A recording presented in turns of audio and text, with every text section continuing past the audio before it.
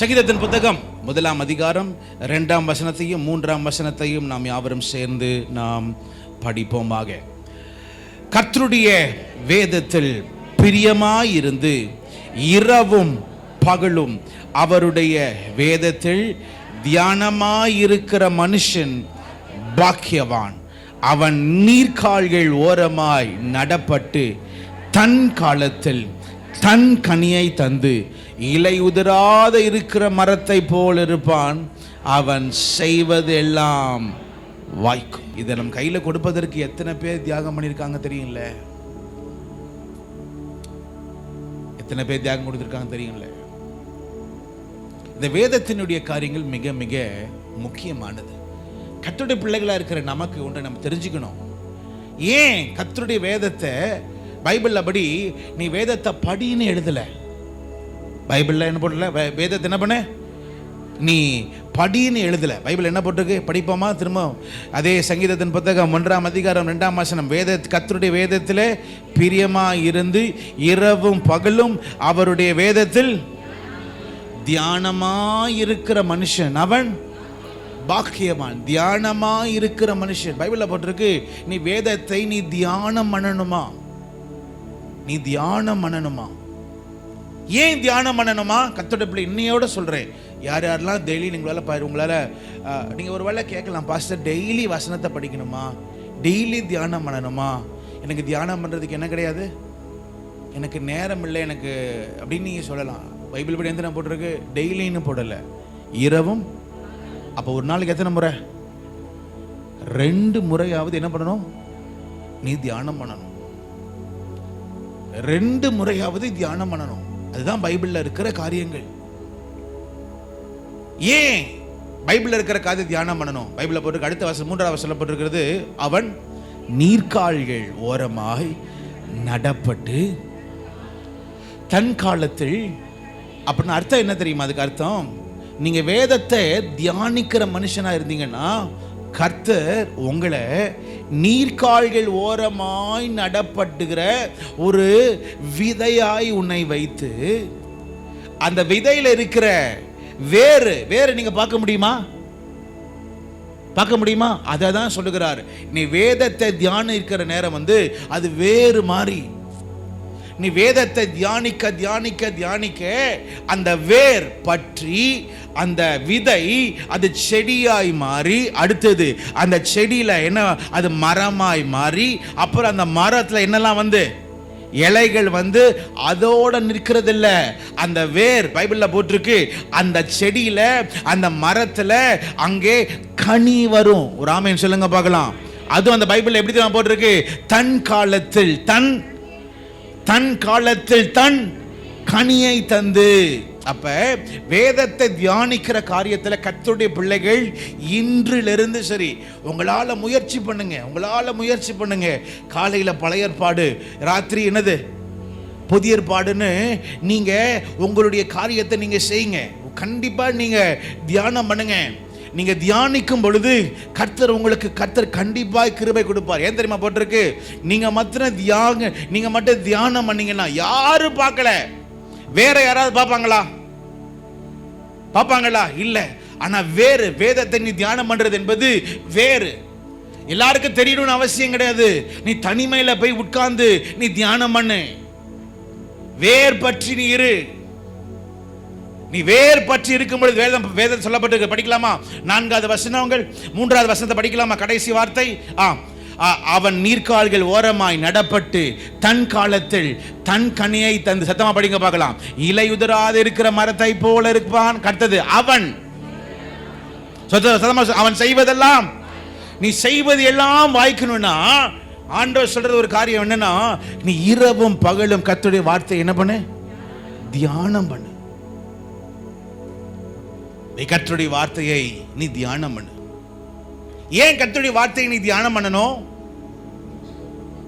ஆண்டவராக இயேசு கிறிஸ்து தன்னுடைய ஊழியத்துல ஆரம்பிக்கிற நேரம், அப்பொழுது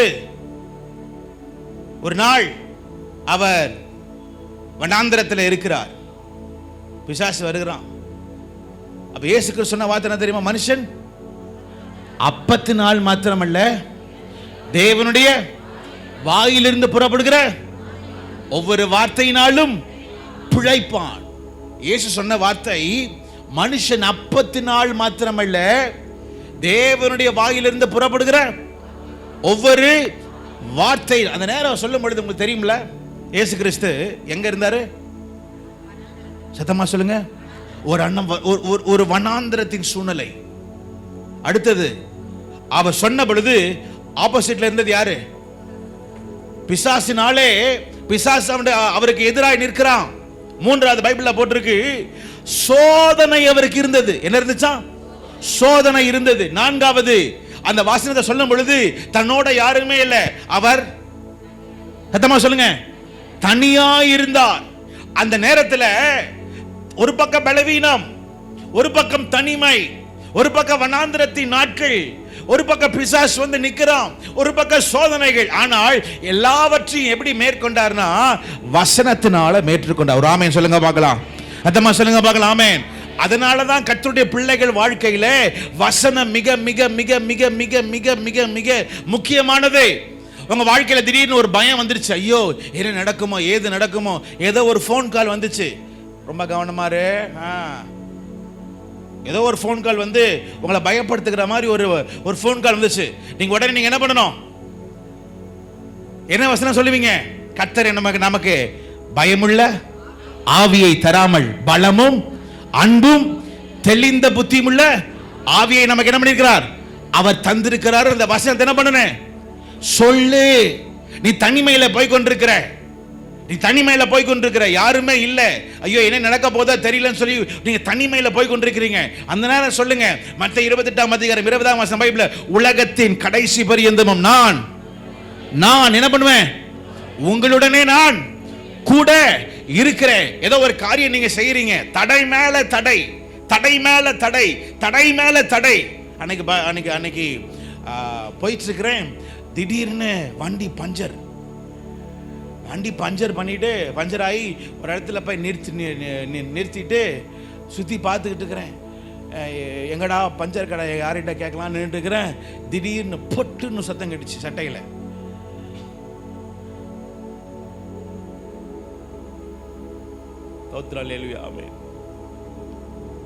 ஒவ்வொரு தடையா நிக்குது. அப்புறம் அந்த ஆள் சொல்றாரு, இல்லை சார் அந்த இடத்துல இருக்கு சார்னு சொல்றான். இங்க வந்து ரொம்ப தூரம், இன்னும் தள்ளிட்டு போறதா, யாராவது லிஃப்ட் தருவாங்களா? ஒன்றும் தரமாட்டாங்களே, ஒன்று தடை, ஐயோ அப்படின்லாம் மனது இருக்கு. ஆனா அந்த நேரம் உங்களுக்கு தெரியணும், தடை வேற என்ன சொல்லணும்? தடைகளை நீக்கி போடுகிறவர் உனக்கு முன் போகிறார். வசனத்தை சொல்லணும். ஒரு மரணத்தின் சூழ்நிலையில போறீங்க, ஒரு பலவீனத்தின் சூழ்நிலையில போறீங்க, அந்த நேரம் உங்களுக்கு ஒரு மாதிரி பயமா இருக்கு, ஒரு மரண பயம் மாதிரி வருகிறது. அந்த நேரம் நீங்க சொல்லணும், என்ன வசனம் தரணும்? நான் மரணத்தின் பள்ளத்தாக்கில் நடந்தாலும் பொல்லாப்புக்கு நான் பயப்படேன், தேவரீர் நீர் என்னோட கூட நீர் இருக்கிறீர். உங்க வாழ்க்கையில தோல்வி மேல தோல்வி, தோல்வி மேல தோல்வி, தோல்வி மேல தோல்வி.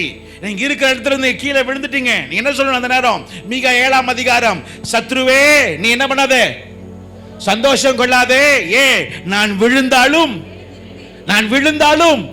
எழுந்திருப்பேன். அப்ப எல்லா நிலைமையிலும் உங்களுக்கு என்ன தெரியணும்? அத்தமா சொல்லுங்க. அந்த வசனம் எப்படி தெரியுமா தெரியும்? நீ தியானிக்க தியானிக்க தியானிக்க தியானிக்க தான் கர்த்தர் நமக்கு கிருபை கொடுப்பார். ஒரு ஆமென் சொல்லுங்க பார்க்கலாம். அத்தமா சொல்லுங்க பார்க்கலாம். ஆமென். இன்று காலையில் நான் உங்களோடு இருக்கிற ஒரு 10-15 நிமிஷத்தில் நான் உங்களோடு தேவனுடைய வார்த்தையினுடைய 7 அடையாளங்களை குறித்து, நிறைய இருக்கு, நான் ஒரு 7 மாத்திரம் நான் சொல்லும்படி விரும்புகிறேன், எழுதி கொள்ளும்படி கேட்டுக்கொள்கிறேன். மிக முக்கியமான ஒரு காரியங்கள், இதை நீங்க மறந்துடவே கூடாது.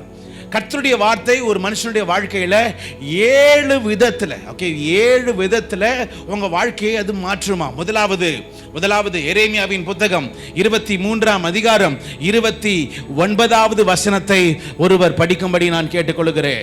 என் வார்த்தை அக்கினியை போல. முதலாவது, கர்த்தருடைய வார்த்தை அக்கினியை போல இருக்கிறதா. எழுதிக்கங்க, கர்த்தருடைய வார்த்தை எப்படி இருக்குதா? சொல்லுங்க, இது எப்படி இருக்கா?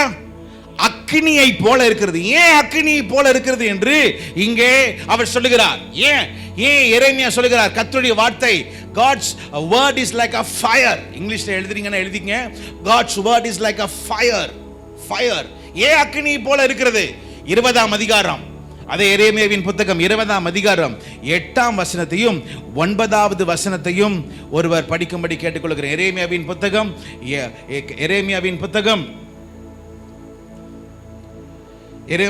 20ஆம் அதிகாரம் 8வது வசனத்தையும் 9வது வசனத்தையும், நான் பேசினது முதற்கொண்டு கதறுகிறேன், கொடுமை என்றும் பால் கடிப்பென்றும் சத்தமிட்டு கூறுகிறேன். நான் பேசுற வார்த்தை இது கொடுமையா இருக்கு, இது பால் கடிப்பு என்று சத்தமிட்டு நான் கூப்பிடுறேன். நான் கூறின கர்த்தருடைய வார்த்தை நாள்தோறும் எனக்கு நிந்தையும் பரிகாசமும் ஆயிற்று. அங்க எரேமியா சொல்றாரு, கர்த்தர் எனக்கு சொன்ன வார்த்தையை நான் சொன்னா, அத சொன்னா ஜனங்க என்ன பண்றாங்க? ஏளனமா பேசுறாங்க, நிந்தையும் பரிகாசமுமா இருக்கிறது. யாருமே கேட்கல அந்த வார்த்தையை. நான் என்னதான் சொன்னாலும், என்னதான் தீர்க்கதரிசனமான வார்த்தை சொன்னாலும், என்னதான் நான் பிரசங்கம் பண்ணாலும் யாருமே கேட்கல. அப்ப 9வது வசனம், ஆதலால் நான் அவரை பிரஸ்தாபம் பண்ணாமலும் இனி கர்த்தருடைய நாமத்திலே பேசாமலும் இருப்பேன் என்றேன். நான் உடனே என்ன நினைச்சேன்னா, இனி நான் பிரசங்கம் பண்ண கூடாது, இனி கர்த்தருடைய வார்த்தை என்ன பண்ண கூடாது, சொல்லக்கூடாது. ஏன்னா யாருமே என்ன பண்ண மாட்டாங்க, கேட்க மாட்டாங்கன்னு நினைச்சுக்கிட்டு கர்த்தருடைய வார்த்தை நான் பேசாமல் இருக்க நான் போனேன். ஆனாலும் படிங்க பார்க்கலாம், ஆனாலும் அவருடைய வார்த்தை என் எலும்புகளில் அடைபட்டு எரிகிற அக்கினியை போல் என் இருதயத்தில் இருந்தது. ஒரு ஆமென் சொல்லுங்க பார்க்கலாம். சத்தமா சொல்லுங்க பார்க்கலாம். ஆமென். முதலாவது கர்த்தருடைய வார்த்தை அக்கினியா இருக்கிறது. முதலாவது கர்த்தருடைய வார்த்தை ஏன் அக்கினியா இருக்கு தெரியுமா? மற்றவனுக்கு அது எப்படி இருந்தாலும் பரவாயில்ல, ஆனால் உனக்கு கர்த்தர் சமூகத்தை கிட்டி சேர பண்ண அது உனக்கு உதவுகிற அது வல்லமுள்ளா இருக்கிறது. ஆமென் சொல்லுங்க பார்க்கலாம். லவோதிக்கேய சபையை பார்த்து கர்த்தர் சொல்லுகிறார், 3 காரியம் சொல்லுகிறார். லவோதிக்கேய சபையே, நீ அனலும் இல்ல குளிரும் இல்ல, நீ எப்படி இருக்கிற? 3 நிலைமை, அனலு, குளிரு, வெதுவெதுப்பு.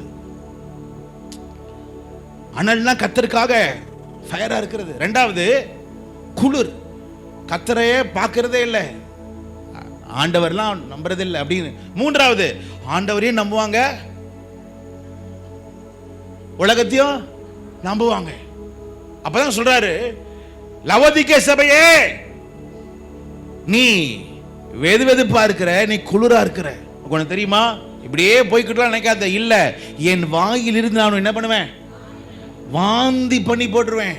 அப்பதான் சொல்லுகிறாரு, நீ இருக்க வேண்டிய ஸ்தானம் என்ன தெரியுமா, வெதுவெதுப்பல்ல. நீ இருக்க வேண்டிய ஸ்தானம் குளிரா இருப்பதல்ல, நீ இருக்க வேண்டிய ஸ்தானம் கர்த்தருக்காக. சத்தமா சொல்லுங்க, எப்படி இருக்கணும்? சத்தமா சொல்லுங்க, எப்படி இருக்கணும்? அக்கினியாய் நீ இருக்கணும். நல்ல கையை உயர்த்தி, ஒரு நிமிஷம் நல்ல கையை உயர்த்தி, ஆண்டவரே கர்த்தருடைய அக்கினி எனக்குள்ள இறங்குவதாக. சத்தத்தை உயர்த்தி சொல்லுங்க, கர்த்தருடைய அக்கினி எனக்குள்ள இறங்குவதாக. ஆண்டவரே, எனக்குள்ள இருக்கிற வெதுவெதுப்பான வாழ்க்கைகள் அது மாறி போகி இயேசுவின் நாமத்தினால இன்றோட கர்த்தருடைய வார்த்தை எனக்குள்ள ஒரு அக்கினியாய் ஆண்டவரே, எந்த நிலைமையில் ஆண்டவரே நீர் நிர்பாக்கியசாலி என்று சொல்லாதபடி, ஆண்டவரே நான் உம்மோடு நெருங்கி இருக்கிற ஒரு நபராய் கர்த்தருடைய அக்கினி எனக்குள்ள இருப்பதாக. ஆமென். முதலாவது சொல்லுகிறார், கர்த்தருடைய வார்த்தை எப்படி இருக்குதா, அக்கினியை போல இருக்கிறது. மீண்டும் படிக்கலாமா? எரேமியாவின் புத்தகம் 23ஆம் அதிகாரம் 29ஆம் வசனம். எரேமியாவின் புத்தகம் 23ஆம் அதிகாரம் 29ஆம் வசனம் படிங்க பார்க்கலாம். என் வார்த்தை அக்கினியை போலவும், என் வார்த்தை அக்கினியை போலவும் கண்மலையை நொறுக்கும் சம்மட்டியை போலும் இருக்கிறது அல்லவோ என்று. அடுத்தது சொல்லுகிறாரு, கர்த்தருடைய வார்த்தை எப்படி இருக்கான், சம்மட்டி. சத்தமா சொல்லுங்க பார்க்கலாம். சொல்லுங்க, சம்மட்டினா என்னது? சுத்தில். இங்கிலீஷ்ல போட்டிருக்கு, இட்ஸ் லைக் a hammer. ஏன் அது சம்மட்டியா இருக்கு? அதே வசனத்துல போட்டிருக்கு, படிங்க பார்க்கலாம். கண்மலையை நொறுக்கும் சம்மட்டி. இன்னொரு முறை சொல்லுங்க பார்க்கலாம். அப்படின்னு அர்த்தம் என்ன? கல்லை நொறுக்கும் சம்மட்டியா, கண்மலையை நொறுக்கும் சம்மட்டியா? கண்மலையை எப்படி ஒரு சம்மட்டி எடுத்து உடைக்க முடியும்? ஏன் உடைக்க முடியாது தெரியுமா? நம்ம நினைக்கிறோம் 2 தடவை 2 தடி அடிச்சா என்ன பண்ணிடணும், உடையணும்னு. ஆனால் ஆண்டவர் சொல்லுகிறார், இல்லை, உடைக்கிற வரைக்கும் நீ என்ன பண்ணு, அடிச்சுக்கிட்டே இருக்கும். உடைக்கிற வரைக்கும் என்ன பண்ணு, அடிச்சுக்கிட்டே இரு.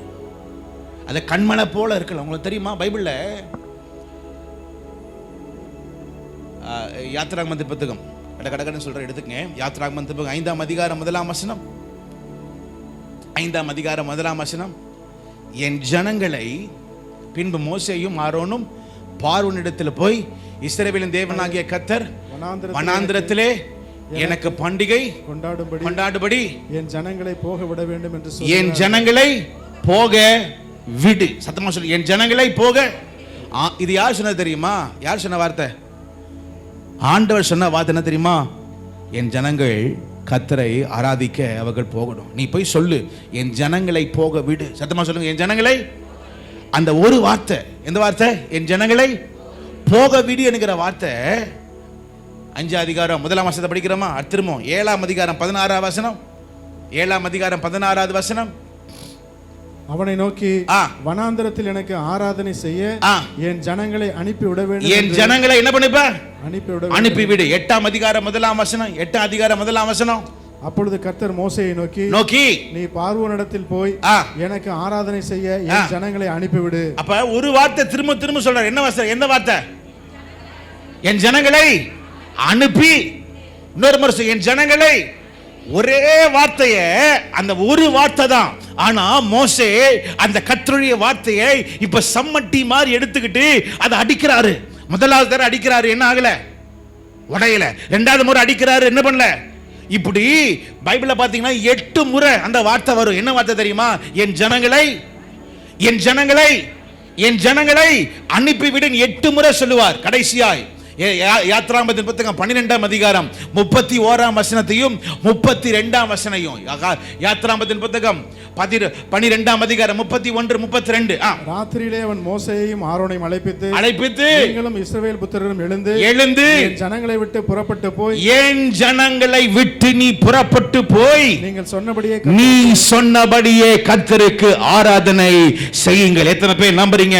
இதுவரைக்கும் நீங்க செய்த காரியங்களுக்கு கர்த்தர் இந்த மாதத்திலே எந்த நபர் உடைக்காமல் இருந்தாரோ, இந்த மாதத்திலே கர்த்தர் அவர்கள் வாயிலிருந்து நீ போகலாம் என்று சொல்லுவார் என்று நம்புறவங்க நல்ல கையை உயர்த்தி, சத்தத்தை உயர்த்தி ஆமென் சொல்லுங்க பார்க்கலாம். சத்தமா சொல்லுங்க பார்க்கலாம். ஆமென். சத்தமா சொல்லுங்க பார்க்கலாம். ஆமென். கர்த்தருடைய வார்த்தை இரண்டாவது என்னது? சம்மட்டி, ஹேமர். கர்த்தருக்கு ஒரு காரியத்தை சொன்னாரா? விட்டுறாதே, சொல்லிக்கிட்டே இரு.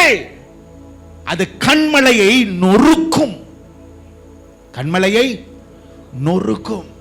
இரண்டாவது, கர்த்தருடைய வார்த்தை அது சம்மட்டியாய் இருக்கிறது. மூன்றாவது, மார்க்கு சுவிசேஷத்தின் புத்தகம் 4ஆம் அதிகாரம் 14ஆம் வசனம். மார்க்கு சுவிசேஷத்தின் புத்தகம் 4ஆம் அதிகாரம் 14ஆம் வசனம் படிங்க பார்க்கலாம். விதைக்கிறவன் வசனத்தை விதைக்கிறான், வசனத்தை விதைக்கிறான். மூன்றாவது, கர்த்தருடைய வார்த்தை அது எப்படியா இருக்கிறது? விதையா இருக்கிறது. இன்னொரு முறை சொல்லுங்க பார்க்கலாம், என்னவா இருக்கா? இன்னொரு முறை சொல்லுங்க, என்னவா இருக்கா? உங்களுக்கு தெரியும்ல, ஆதியாகமத்தில் ஆண்டவர் வெளிச்சம் உண்டாக கடவுது என்று சொன்னார். அப்புறம் வெளிச்சம் உண்டாயிற்று. உங்களுக்கு தெரியுமா?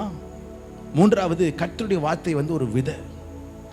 எங்கெங்கெல்லாம் காரியங்கள் இல்லையோ அங்க கர்த்தருடைய வார்த்தையை நீ பேசினா அங்கே அந்த விதைக்கு என்ன இருக்கு தெரியுமா? நம்பர் 1, விதைக்கு என்ன தெரியுமா இருக்கு? ஒரு ஜீவன் இருக்கு. என்ன இருக்கு? சத்தமா சொல்லுங்க, என்ன இருக்கு? ஒரு ஜீவன் இருக்கு. எங்கெங்கெல்லாம் சூழ்நிலைகள் ஒரு மாதிரி இருக்கோ அங்க நீ ஜீவனை பேசு. ஆகவேதான் கர்த்தர் எசேக்கியேலை பார்த்து சொல்லுகிறார், எசேக்கியேலே நீ என்ன பார்க்கிற? எலும்ப பார்க்கிற. எலும்பதான் நீ பார்க்கிற. ஆனா தீர்க்க தரிசனத்தை சொல், நீ உயிர் பெறுவாய் என்று சொல். விதை. கர்த்தருடைய வார்த்தை நீ விதைப்பாயாக. அதுக்கு ஒரு ஜீவன் உண்டு. அதற்கு ஒரு ஜீவன் உண்டு. இரண்டாவது, கர்த்தருடைய வார்த்தை அது விதையாய் இருக்கிற நேரத்தில் அது முதலாவது என்னதுன்னா, பார்க்கிறதுக்கு ஒண்ணுமே தெரியாது. தெரியாத நேரம் நீங்க அப்படியே விட்டுறக்கூடாது. இல்ல, நீ தேவ சமூகத்துல நீ அமைதலாம் இரு. நீ விதைத்த விதைக்கு கண்டிப்பாக ஒரு வளர்ச்சி கண்டிப்பாக உண்டு. எத்தனை பேர் நம்புறீங்க? ஒரு ஆமென் சொல்லுங்க பார்க்கலாம். அதமா சொல்லுங்க பார்க்கலாமே. மூன்றாவது கர்த்தருடைய வார்த்தை என்பது ஒரு விதை. இன்னைக்கு காலை இந்த 6வது மாதத்துல, இந்த 6வது மாசத்துல எந்தெந்த காரியத்துல ஒரு மரித்த சூழ்நிலை போல இருக்கிறது, எந்தெந்த காரியங்கள் மரித்த சூழ்நிலை போல இருக்கு, நல்ல கையை உயர்த்தி முடிஞ்சவங்க நல்ல கையை உயர்த்தி, பாஸ்டர் இந்த கல்யாண காரியம் ஆகாம இருக்கு, இன்னும் வீடு கட்டப்படாமல் இருக்கு, இன்னும் குழந்தை பாக்கியம் இல்லாமல் இருக்குது. இன்னைக்கு காலையில சொல்றேன், உன் வார்த்தை இப்போது விதை. இப்பொழுது நீ விதைப்பாயாக, இப்பொழுது விதைப்பாயாக. இது விதைக்கிற நேரம், இது விதைக்கிற நேரம். அந்த வார்த்தையை சொல்லுங்க. ஆண்டவரே, ஆண்டவரே, ஆண்டவரே, வெளிச்சம் உண்டாக கடவுது என்று சொன்னீரே, இப்பொழுது எனக்கு இந்த காரியத்தில் வெளிச்சம் உண்டாவதாக, ஒரு வெளிச்சம் உண்டாவதாக. ஆண்டவர், இந்த பாக்கியம் உண்டாவதாக, நன்மையும் கிருபையும் பின் தொடரும் என்று சொன்னீரே, அந்த வசனத்தை நான் விதைக்கிற ஆண்டவரே, இந்த மாதத்துல எனக்கு ஒரு நன்மை, எனக்கு ஒரு ஆண்டவரே ஒரு ஆசீர்வாதம், ஆண்டவரே தேவ சமூகத்திலிருந்து ஒரு பாக்கியம் எனக்கு உண்டாவதாக.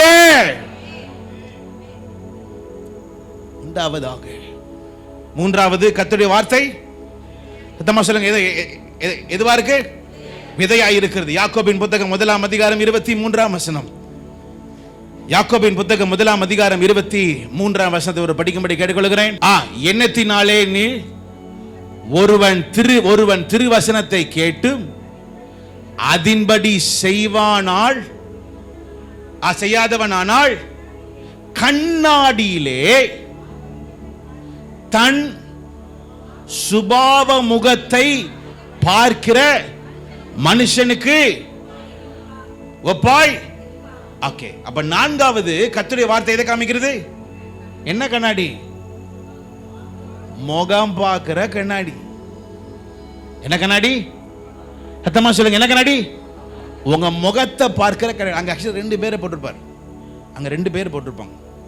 அங்க ஒரு மனுஷன் இப்படி வந்து கண்ணாடியில இப்படி பார்த்துட்டு ஓடிடுவான். என்னது? இப்படி பார்த்துட்டு படிங்களேன். இந்த 23ஆம் வசனத்தை படிங்களா? எண்ணத்தினாலெனில் ஒருவன் திருவசனத்தை கேட்டும் அதன்படி செய்யாதவனானால், கண்ணாடியிலே தன் சுபாவ முகத்தை பார்க்கிற மனுஷனுக்கு ஒப்பாயிருப்பான். அவன் பார்த்துட்டு அவன் ஒப்பாயிருப்பான். அவன் தன்னைத்தானே பார்த்து, அவன் தன்னை தான் பார்த்துட்டு அவ்விடம் விட்டு போன உடனே, அவன் அப்படியே போயிடுவான். போன உடனே தன் சாயல் இன்னதென்பதை மறந்து விடுவான். தன் சாயல் என்னதுன்னு ஒருத்தன் வருவான். முதலாவது பைபிள்ல போட்டு ஒருத்தன் வருவான், கண்ணாடியில பார்ப்பான், பார்த்துட்டு உடனே என்ன பண்ணிடுவான்? போயிடுவான். இன்னொருத்தன் இருக்கிறான். அடுத்த வசனம் படிங்க. 25ஆம் வசனம். சுயாதீன பிரமாணமாகிய பூரண பிரமாணத்தை உற்று பார்த்து அதிலே நிலைத்திருக்கிறவனே, கேட்கிறதை மறக்கிறவனா இராமல் அதற்கேற்ற கிரியை செய்கிறவனா இருந்து தன் செய்கையில் பாக்கியவனா இருப்பான். 2வது ஒருத்தன் இருக்கிறானா? அவன் யார் தெரியுமா? வந்து கண்ணாடியில பார்த்துட்டு எதெல்லாம் சரி செய்யணுமோ சரி செஞ்சுட்டு மாற்றி அமைத்து அதுக்கப்புறம் என்ன பண்றான்? இப்ப நீங்க யாரு? கண்ணாடியில பார்த்துட்டு ஓடுறவங்களா, கண்ணாடியில பார்த்துட்டு சரி செய்யறவங்களா? எங்க ஆண்டவர் சொல்றாரு 2 பேருக்கும் சொல்றாரு. என்ன தெரியுமா சொல்றாரு? சில பேர் கர்த்தருடைய வார்த்தையை கேட்டுட்டு என்ன பண்ணிடுவாங்க? அவங்க யார் தெரியுமா? அப்படி வந்து கண்ணாடியில பார்த்துட்டு போயிருவாங்க. ஆனா உள்ளுக்குள்ள எதுவுமே என்ன பண்ணல, சரி செய்யல. ஆனால் கர்த்தருடைய வார்த்தையை கேட்டு அந்த எனக்கு பிடித்த வார்த்தை என்ன தெரியுமா? சுயாதீன பிரமாணமாகிய பூரண பிரமாணத்தை உற்று பார்த்து. என்னது? சில பேர் பாத்தீங்களா, எங்கடா வெல்ல முடியுது, இங்க ஏதாவது இருக்கா, அது இருக்கா, அப்படிலாம் பார்ப்போம்ல. கரெக்ட் தானே? எதிர்ச்ச உடனே உற்று பார்த்து. 4வது சொல்லுகிறது, கர்த்தருடைய வார்த்தை உன் வாழ்க்கையில எதெல்லாம் சரியில்லையோ அதை உனக்கு சொல்லி அதை மாற்றுகிற ஒரு முகம் பார்க்கிற கண்ணாடியா இருக்கிறது. ஒரு ஆமென் சொல்லுங்க பார்க்கலாம். உங்க வாழ்க்கையில எதுங்க சரியில்லைங்க? ஆண்டவர் சொல்றார், எபே சபையை பார்த்து சொல்லுகிற, எபே சபையே, உன்னிடத்துல ஒரு குறை உண்டு. லவோதிக்கே சபையை பார்த்து சொல்லுகிறார், நீ நிர்பாக்கியசாலியா இருக்கிற. நிர்பாக்கியசாலியா இருக்கிற.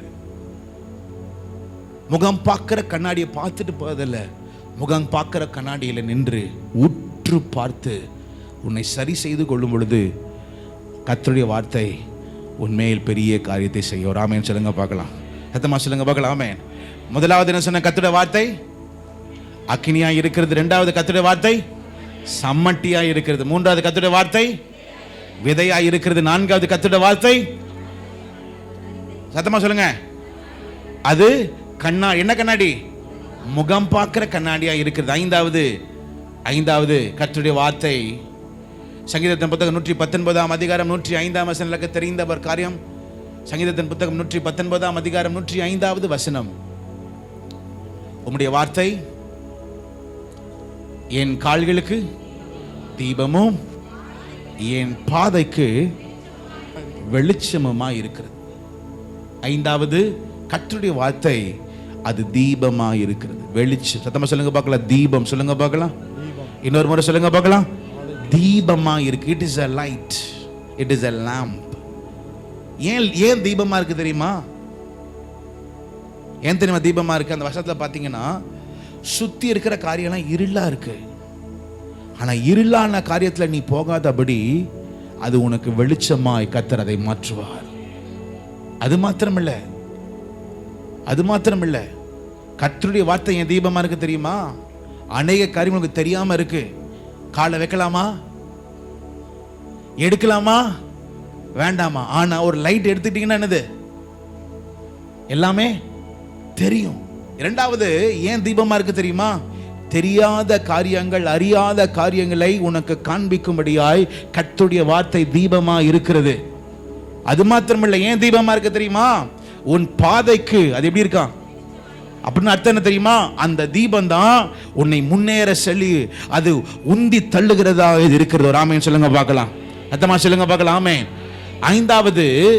ஐந்தாவது கர்த்தருடைய வார்த்தை அது தீபமாய் இருக்கிறது. ஹல்லேலூயா, ஹல்லேலூயா. இந்த மாதம் சொல்றேன், அநேகர் நீங்க எத்தனையோ காரியங்களை தேடிக்கொண்டே இருக்கிறீங்க, இன்னும் இது நடக்கலையே, இன்னும் நடக்கலையே. கர்த்தர் சொல்கிறார், கர்த்தருடைய வார்த்தை உனக்கு தீபமாய் இருந்து நீ போக வேண்டிய வழியை கர்த்தர் உனக்கு காட்ட அந்த அவருடைய வார்த்தை உனக்கு அது வெளிச்சமாய் வரும். நம்புறவங்க ஆமென் சொல்லுங்க பார்க்கலாம். அத்தமா சொல்லுங்க பார்க்கலாம். ஆமென். ஆறாவது 1 கொரிந்தியர் புத்தகம் 10 அதிகாரம் 3 வசனம். 1 கொரிந்தியர் புத்தகம் 10 அதிகாரம் 3 வசனம். எல்லாரும் ஒரே ஞான போஜனத்தை புசித்தார்கள். 1 கொரிந்தியர் 10 அதிகாரம் 3 வசனம் சொல்லப்பட்டிருக்கிறது, எல்லோரும் ஒரே ஞான போஜனத்தை புசித்தார்கள். ஆறாவது பைபிள்ல போட்டிருக்கு, அது நமக்கு என்னவா இருக்கா? கர்த்தருடைய வார்த்தை ஒரு போஜனம் மாதிரி இருக்கணும். கர்த்தருடைய வார்த்தை எப்படி இருக்கணுமா? திருவசனமாகிய களங்கமில்லாத ஞானப்பால். கர்த்தருடைய பிள்ளைகளா இருக்கிற நீங்க, கர்த்தருடைய பிள்ளைகளா இருக்கிற நாம சொல்லப்பட்டுகிறது அது ஞானப்பால். உம்முடைய வார்த்தை தெளிதேனிலும் அது எனக்கு இனிமையா இருக்கிறது. அது தேனை பார்க்கலாம், அது இனிமையா இருக்கு. உம்முடைய வார்த்தை. ஆறாவது சொல்லுகிறார், கர்த்தருடைய வார்த்தை அது போஜனமாய். சத்தமா சொல்லுங்க, என்னவா இருக்கா? அது போஜனம். அதான் ஆண்டவர் சொல்லுகிறார், மனுஷன் அப்பத்தினால் மாத்திரமல்ல தேவனுடைய வாயிலிருந்து புறப்படுகிற ஒவ்வொரு வார்த்தையினாலும் அவன் பிழைப்பான். கடைசியாய் எபிரேயரின் புத்தகம் 4 அதிகாரம் 12 வசனம். எபிரேயரின் புத்தகம் 4 அதிகாரம் 12 வசனம். எல்லாரும் சேர்ந்து படிக்கலாமா? 1 2 3. தேவனுடைய வார்த்தையானது ஜீவனும் வல்லமையும் உள்ளதாயும் இருபுறமும் கருக்குள்ள எந்த பட்டயத்திலும் கருக்கானதாயும், அப்புறம் ஆத்துமாவையும் ஆவியையும் கணுகண்களையும் ஊனையும் பிரிக்கத்தக்கதாக உருவ குத்துகிறதாயும் இருதயத்தின் நினைவுகளையும் யோசனைகளையும் இருக்கிறதாயும் இருக்கிறது. கடைசியாய் பைபிள்ல போட்டிருக்கு, கர்த்தருடைய வார்த்தை அது எதுவா இருக்குதா? பட்டயமா இருக்கிறது. ஸ்வர்ட் எழுதிக்கங்க பார்க்கலாம். கர்த்தருடைய வார்த்தை எப்படியா இருக்கும்? ஏன் பட்டயமா இருக்கு? படிங்களேன். பைபிள்ல போட்டிருக்கு, ஆத்துமாவையும் ஆவியையும், அடுத்தது கணுக்களையும் ஊனையும் என்ன பண்ணுதான்? பிரிக்கத்தக்கதாக ஏன் தெரியுமா? ஆண்டவர் ஏன் கர்த்தருடைய வார்த்தை உங்களுக்கு பட்டயமா இருக்கு? உங்க வாழ்க்கையில சில காரியங்கள் என்ன பண்ணணும்? பிரிக்கப்படணும். பிரிக்க முடியாத சில காரியங்கள்லாம் இருக்கு தெரியும்ல. பார்க்கிறதுக்கு ஒரே மாதிரி இருக்கும், பார்க்கிறது கரெக்டா தெரியும், அங்கே இருக்குல்ல. உன் ஆவியையும் ஆத்மாவையும் பார்க்க முடியுமா? பார்க்க முடியாது. சரீரத்தை தான் என்ன பண்ண முடியும். ஆனா சொல்லுகிறது, உன் ஆவியையும் ஆத்மாவையும் பார்க்க அதை பிரிக்கணும்னா அது எதுதான் பிரிக்குமா? கர்த்தருடைய வார்த்தை தான் பிரிக்கும். கர்த்தருடைய வார்த்தை தான் பிரிக்கும். அங்க போட்டிருக்கு அடுத்த ஒரு வார்த்தை, இருதயத்துல ஒண்ணு இருக்கு, அப்புறம் அடுத்தது யோசனைகளையும். சத்தமா சொல்லுங்க பார்க்கலாம். என்னது? இப்ப இங்க ஒண்ணு இருக்கு, இங்க இருக்கிறது நேரம் எங்க வரும்? இங்க வரும். எப்ப வரும் தெரியுமா? நீ அமைதியா இருக்கிற நேரம் இங்க இருக்கிறது எங்க வரும்? இங்க வரும். பைபிள்ல போட்டிருக்கு, உன் இருதயத்தின் நினைவுகளையும் உன் யோசனைகள் பார்க்கிறதுக்கு ஒரே மாதிரி இருக்கும், பிரிக்க முடியாதது போல இருக்கும். ஆனா பிரிக்க முடியாததையும் பிரிக்க வைக்கிறது கர்த்தருடைய வார்த்தை. சத்தத்தை உயர்த்தி சொல்லுங்க பார்க்கலாம். இன்னொரு பேர் சொல்லுங்க பார்க்கலாம். பிரிக்க முடியாததையும் சொல்லுங்க பார்க்கலாம். பிரிக்க வைக்கிறது எது? கர்த்தருக்கு பிரியமில்லாத காரியம். ஒன்னு கேக்குறேன், கிரிக்கெட் பார்க்கலாமா பார்க்க கூடாதா? ஃபுட்பால் போடலாமா போக கூடாதா? இல்ல பாஸ்டர், அது என்னது? ஸ்போர்ட்ஸ். அது நமக்கு தேவை, அது நல்லதா கெட்டதா? எப்ப தெரியுமா நல்லது? முதலாவது அவருடைய நீ தேவ சபைக்கு தேவ சமூகத்துக்கு வராம ஒரு ஃபுட்பால் ஒரு கிரிக்கெட் இருந்துச்சுன்னா அந்த கிரிக்கெட் அந்த ஃபுட்பால் தேவையில்லை. நான் இப்ப இது எப்படி பிரிச்சேன்? எப்படி பிரிச்சேன்? வசனத்தினால. இல்ல பாஷா, எனக்கு மேட்ச் சண்டே தான் இருக்கு, அப்படிப்பட்ட மேட்சுக்கு நீ போகவே தேவையில்லை. சினிமாக்கு போலாமா வேண்டாமா? போலாமா போக வேண்டாமா சொல்லுங்க. ஏன்? துன்மார்க்கனுடைய அடுத்தது, அப்புறம் உட்காராமலும். சரி, இன்னொன்னு கேட்கிறேன். டிவியில சில நிகழ்ச்சிலாம், அதெல்லாம் இது டிவியில சில நிகழ்ச்சி, அந்த ப்ரோக்ராம் இந்த ப்ரோக்ராம் அந்த ப்ரோக்ராம் இந்த ப்ரோக்ராம் அப்படிலாம் இருக்கு. இதெல்லாம் பார்க்கலாமா? இப்பதான் வருது. பிரிக்க முடியாததை பிரிக்கலாமா? பார்க்கலாமா? நல்லது தானே பாஸ்டர்? சமையல் தானே பாஸ்டர்? டான்ஸ் தானே பாஸ்டர்? அது ஆக்ரோபேட்டிக்ஸ். பார்க்கலாமா பார்க்க கூடாதா? 1 கொரிந்தியர் புத்தகம் 10ஆம் அதிகாரம், இதோட முடிச்சிடுறேன். 1 கொரிந்தியர் புத்தகம் 10ஆம் அதிகாரம் 23வது வசனம் படிங்களா? பார்க்கலாமா? எல்லாவற்றையும் அனுபவிக்க எனக்கு அதிகாரம் உண்டு. எல்லாவற்றையும் அனுபவிக்க எனக்கு அதிகாரம் உண்டு. ஆகிலும் எல்லாம் தகுதியாயிராது. ஆனா எல்லாம் எனக்கு தகுதியாயிராது. எல்லாவற்றையும் அனுபவிக்க எனக்கு அதிகாரம் உண்டு. ஆகிலும் எல்லாம் பக்தி விருத்தியை உண்டாக்காது. நீங்க பாக்குறது உன்னை என்ன பண்ணுதுமோ என்ன பண்ணுங்க? பக்தி விருத்தி உண்டாக்கணும். நீ எதை வேணா பாரு, ஆனா அது என்ன பண்ண? உன்னை 32ஆம் வசனம், அதே 10ஆம் அதிகாரம் 32ஆம் வசனம், நான் என் சுய பிரயோஜனத்தை நான் தேடாமல், என் சுய பிரயோஜனத்தை நான் தேடாமல் அநேகருடைய பிரயோஜனத்தை தேடி, நான் அநேகருடைய பிரயோஜனத்தை தேடி அவர்கள் ரட்சிக்கப்படும்படிக்கு எவ்விதத்திலும் எல்லாருக்கும் பிரியமாய் நடக்கிறது போல, நான் கர்த்தருடைய பிள்ளைகளுக்கும் கர்த்தருக்கும் பிரியமாய் நடப்பதற்கு தான் கர்த்தர் இந்த உலகத்தை என்ன வைத்திருக்கிறார். ஒரு ஆமென் சொல்லுங்க பார்க்கலாம். அதமா சொல்லுங்க பார்க்கலாம். ஆமென். லவ் மேரேஜ் பண்ணலாமா?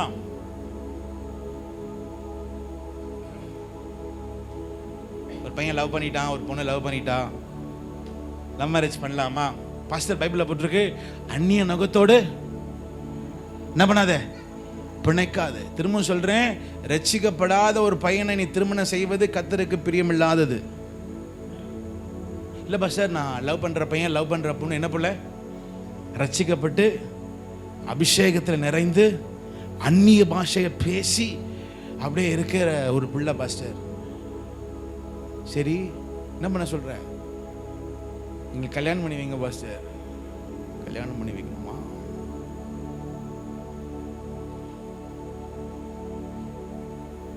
என்ன பண்ணணும்? நீங்க தான் போய் என்ன பண்ணணும்?